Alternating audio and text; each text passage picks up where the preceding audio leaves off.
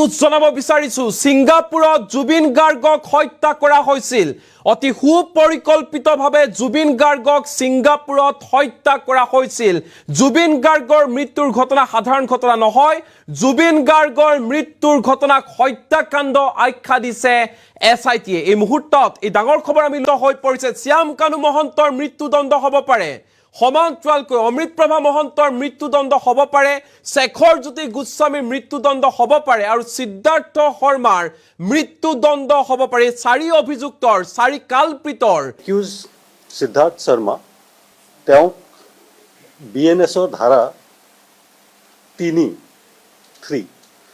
Subsection আছে 3 subsection 6 3 subsection 7 3 subsection 8 এটো common intention ইত্যাদি বুলি কোৱা হয় আপোনালোকে ধাৰাবিলাক বিএনএছত চাব পাৰিব নমস্কাৰ জুবিনদাৰ বাবে আপোনালোকে নিউজটো সম্পূৰ্ণকৈ দেখিছা চাগে যদি দেখা নাই মোৰ তাতে ভিডিঅ'ত সম্পূৰ্ণকৈ চালে গম পাবা যে জুবিনদাক হত্যা কৰিছিল কোনে চাৰিজন মানুহে হেল্প কৰিছিল আৰু এজন মানুহে জুবিনদাক সঁচাকৈ হত্যা কৰিছিল বহুত দুখ লগা কথা আজি প্ৰমাণ আহি গ'ল আজি দাখিল হ'ল চাৰ্জশ্বিট এছআইটিৰ বাবে আদালতত আজি বিচাৰ হ'ল যে শ্যাম কানু না সিদ্ধাৰ্থই জুবিনদাক কেনেকৈ হত্যা কৰিছিল সঁচাই আমি ৰাইজ ৰজাসকলে জুবিনদাৰ ফেন সকলোৱে যে ছিংগাপুৰত জুবিনদাক কেনেকৈ হত্যা কৰিছিল এইটোৰ কথা আমি আলোচনা কৰিছিল আগতে কিন্তু এইটো কথা আচলতে সঁচা হৈ পৰিছে যে জুবিনদাক সঁচাকৈ হত্যা কৰা হৈছিল এইটো কথা আজি উল্লেখ কৰিছে সকলো আপোনালোকে দেখি চাব যে জুবিনদাক কেনেকৈ হত্যা কৰিছিল আৰু কি শাস্তি পাবলৈ লাগে হত্যাকাৰীয়ে আপোনালোকে কমেণ্ট কৰি জনাব ফাঁচীৰ শাস্তি লাগিব নে জিন্দাগী জেলত ভৰাই থবলৈ লাগিব আমিতো ভাবোঁ যে জুবিনদাৰ ন্যায়টো আমাক লাগিবই কিবা এটা শাস্তি দিবলৈ লাগিব হত্যাকাৰীক শ্যাম কানু সন্দীপন গাৰ্গ অমৃতপ্ৰভা আৰু কোনে আছিলে সিদ্ধাৰ্থ শৰ্মা আৰু আছিলে আপোনালোকে এতিয়া কমেণ্ট কৰি জনাব হত্যাকাৰীক কি শাস্তি দিব লাগিব ইমান মৰমৰ আমাৰ জুবিনদাক কেনেকৈ হত্যা কৰিব পাৰিলে নিজৰ ঘৰৰ পৰিয়ালে জুবিনদাক হত্যা কৰিছে নহয়নে জুবিনদাৰ লগত থাকি জুবিনদাৰ লগত টকা ইনকাম কৰি আজি ঘৰ বাৰী বনালে আজি কৰোৰ টকা লুটিলে জুবিনদাৰ পৰা কিন্তু আজিৰ দিনত জুবিনদাক কেনেকৈ হত্যা কৰিব পাৰিলে এই হাৰামীবিলাক আপোনালোকে কি শাস্তি দিবলৈ লাগে কমেণ্ট কৰি জনাব এতিয়া চাই ল'ব জুবিনদাৰ বাবে আদালতত কি কথা আলোচনা কৰিলে জুবিনদাক কেনেকৈ হত্যা কৰিছিল কোনে কোনে আছিলে জুবিনদাক হত্যা কৰিবলৈ জড়িত এই কথাটো আপোনালোকে সম্পূৰ্ণকৈ ভিডিঅ'ত চালে গম পাবা ঠিক আছে মোৰ চেনেলত প্ৰথমবাৰে স্বাগতম জনালোঁ যদি চেনেলত নতুনবাৰ আহিছে ছাবস্ক্ৰাইব কৰি ল'ব আৰু ভিডিঅ'টো বহুত লোকক আপোনালোকে শ্বেয়াৰ কৰি দিব যাতে হত্যাকাৰীক শাস্তি দিব পাৰে সেইকাৰণে ভিডিঅ'টো শ্বেয়াৰ কৰি দিব আৰু কমেণ্ট এটা জনাই দিব ঠিক আছে চাই লোৱা নিউজটো একিউজ সিদ্ধাৰ্থ শৰ্মা তেওঁ বিএনএছৰ ধাৰা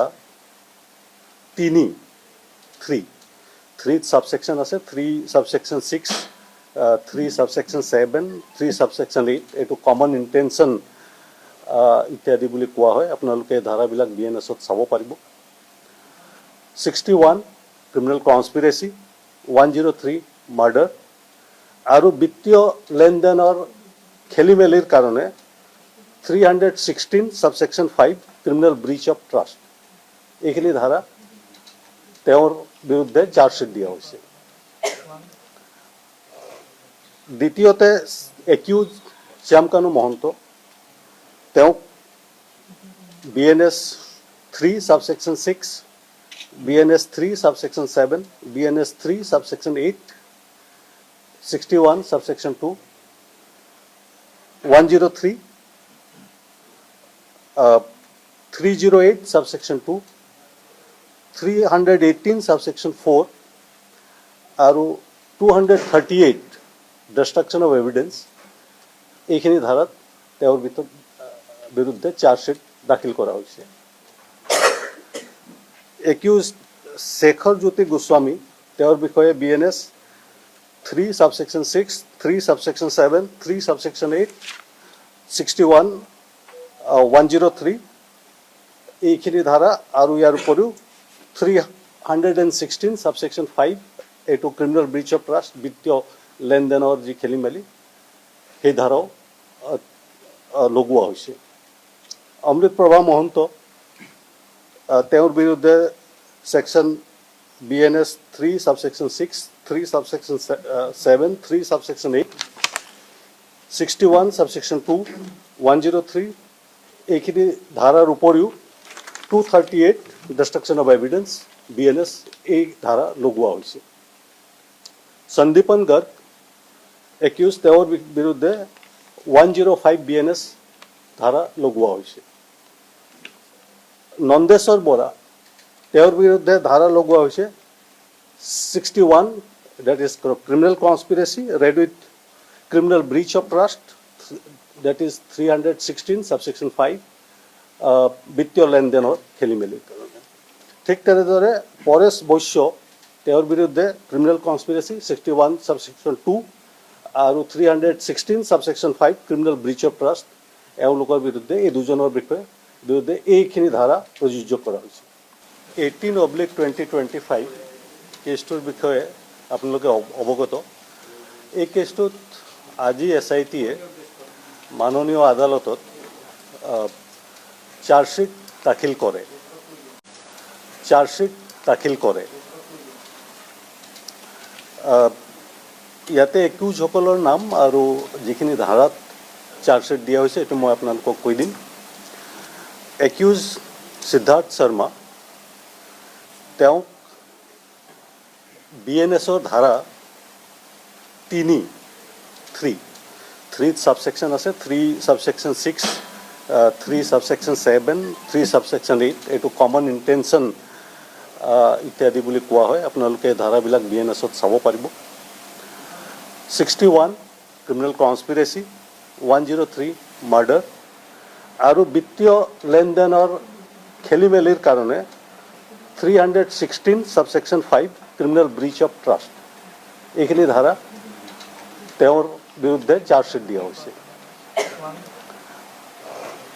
দ্বিতীয়তে একিউজ শ্যামকানু মহন্ত, তেওঁক BNS 3 subsection 6, BNS 3 subsection 7, BNS 3 subsection 8, 61 subsection 2, 103,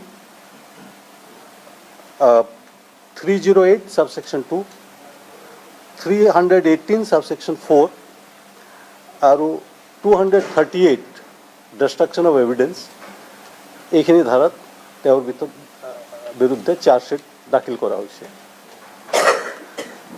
accused Shekhar জ্যোতি গোস্বামী, তেওঁৰ বিষয়ে BNS 3 subsection 6, 3 subsection 7, 3 subsection 8, 61, 103 এইখিনি ধাৰা আৰু ইয়াৰ উপৰিও 316 subsection 5 এইটো ক্ৰিমিনেল ব্ৰিচ অফ ট্ৰাষ্ট বিত্তীয় লেনদেনৰ যি খেলিমেলি সেই ধাৰাও লগোৱা হৈছে।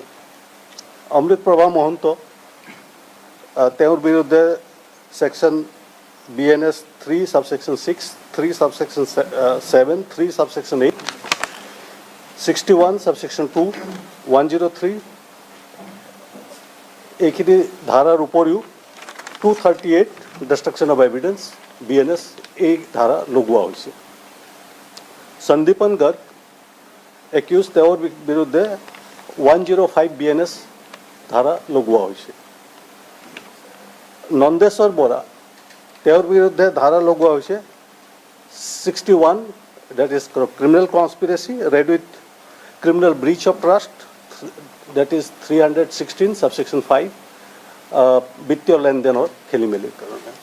ঠিক তেনেদৰে পৰেশ বৈশ্য, তেওঁৰ বিৰুদ্ধে ক্ৰিমিনেল কনস্পিৰেচি 61 subsection 2 আৰু 316 subsection 5 criminal breach of trust এওঁলোকৰ বিৰুদ্ধে এই দুজনৰ বিৰুদ্ধে এইখিনি ধাৰা প্ৰযোজ্য কৰা হৈছে।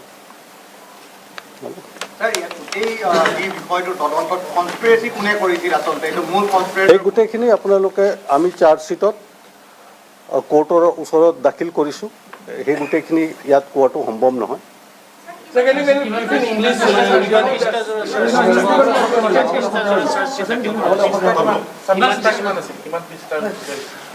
মেইন চাৰ্জশ্বিটটোত প্ৰায় 2500 পৃষ্ঠা আছে আৰু তাৰ লগত যিখিনি ডকুমেণ্ট সংলগ্ন কৰা হৈছে, ডিজিটেল এভিডেন্স বা বিভিন্ন ধৰণৰ ডকুমেণ্ট, সেইখিনি গোটেইখিনি যোগ কৰি যদি চাওঁ তেতিয়াহ'লে 12,000তকৈ অধিক পৃষ্ঠা হ'ব। স্যাৰ কেইবাগৰাকী বিষয় আছিল, মূল আয়োগগৰাকী কোন আছিল গোটেই ঘটনাটো?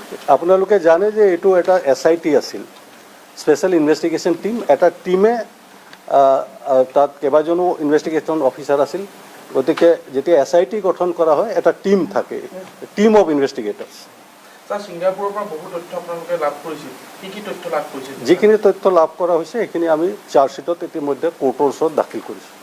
আৰু এটা কেছ আছিল 19/2005 তাত কিমানখিনি আগবাঢ়িছে তেতিয়ালৈকে? 19/2005টো এটা বেলেগ বিষয়ৰ ওপৰত ৰুজু কৰা হৈছিল, সেইটো তদন্ত এতিয়া চলি আছে। ছিংগাপুৰৰ ইয়ট পাৰ্টিত যিসকল আছিল সেইসকলৰ বিৰুদ্ধে মানে যিসকলৰ বিৰুদ্ধে চাৰ্জশ্বিট দাখিল কৰা হৈছে সেইটো মই ইতিমধ্যে আপোনালোকক ক'লোঁ। স্যাৰ ৰাজসাক্ষী কোন হোৱাৰ সম্ভাৱনা আছে? এতিয়া মই আপোনালোকক এইটোৱে ক'ম যে আমি চাৰ্জশ্বিট দাখিল কৰিছোঁ কোৰ্টত। ইংলিছ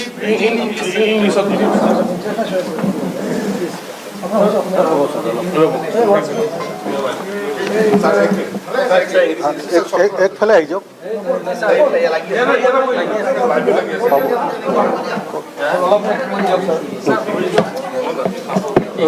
মই এইফালে কৈ লওঁ, এইফালে কৈ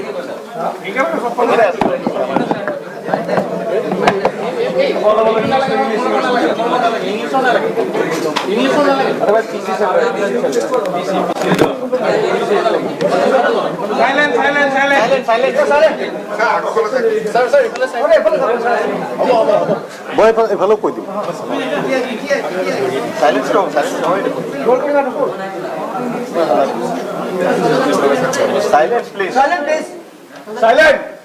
So, in CID police station case number 18/2025, the SIT has submitted charge sheet before the Honorable Court of Chief Judicial Magistrate, Kamrup, Guwahati, today. We have submitted charge sheet against the following accused persons: Siddharth Sharma, under section 3 of BNS section 3 subsection 6, 3 subsection 7, 3 subsection 8, 61 subsection 2, 103 subsection 1, and 316 subsection 5. Syamkanu Mohanto, BNS 3 subsection 3, 3 subsection 6, again 3 subsection 7, 3 subsection 8, 61 subsection 2, 103 subsection 1, 308 subsection 2, 318 subsection 4, and 238. Shekhar Jyoti Goswami, BNS 3 subsection 6, 3 subsection 7, 3 subsection 8, 61 subsection 2, 103 subsection 1, and 316 subsection 5. Amrit Prabha Mohanto, BNS 3 subsection 6, 3 subsection 7, 3 subsection 8, and 61 subsection 2, 103 subsection 1, and 238. Sandipan Garg, BNS 105, Nandesar Bora, BNS 61 subsection 2 and 316 subsection 5. Similarly, Paresh Boishos 16 subsection 2 and 316 subsection 5. Out of you had arrested 7 people. Yes. Out of those 7 people, how many people have been charged under murder and how many people have been charged under other sections? So, if you see the sections, murder has been invoked against Siddharth Sharma, Syamkanu Mohanto, Shekhar Jyoti Goswami, and Amrit Prabha Mohanto. Charges of murder and also other charges. And other people, what are the charges? Sandipan Garg 105, that is culpable homicide. And Nandesar Bora and Paresh Boishyo have been charged for criminal conspiracy and criminal breach of trust for various financial irregularities. It is a voluminous charge sheet. Can you give us the amount of pages that is there and exhibit, what kind of exhibits are there in total? So, there are various documentary and digital evidence and material evidence. All have been submitted before the court. The main charge sheet contains about 2,500 pages, and the documents, if we combine various documents, So it will be about 12,000 pages. Have the in the charge sheet have the SIT been able to kind of establish the fact that who have been the people who have conspired, given the fact that you have So as brought I in said, the evidence that has been found against the accused persons, so based on those evidence, these sections have been invoked and charges have been filed. was it a long-term plan, or what was All these things will be there in the charge sheet. I cannot speak about those details. There was a criminal conspiracy going on. So any Thank you. Sir, one thing, since the incident was happened at Singapore, so how it is finding to collect all the information, because it's a third country, and even they have said initially there is no foul play against the people. So, charging the... We have collected the required evidence from Singapore under the mutual legal assistance treaty that exists between India and Singapore. Thank you. So,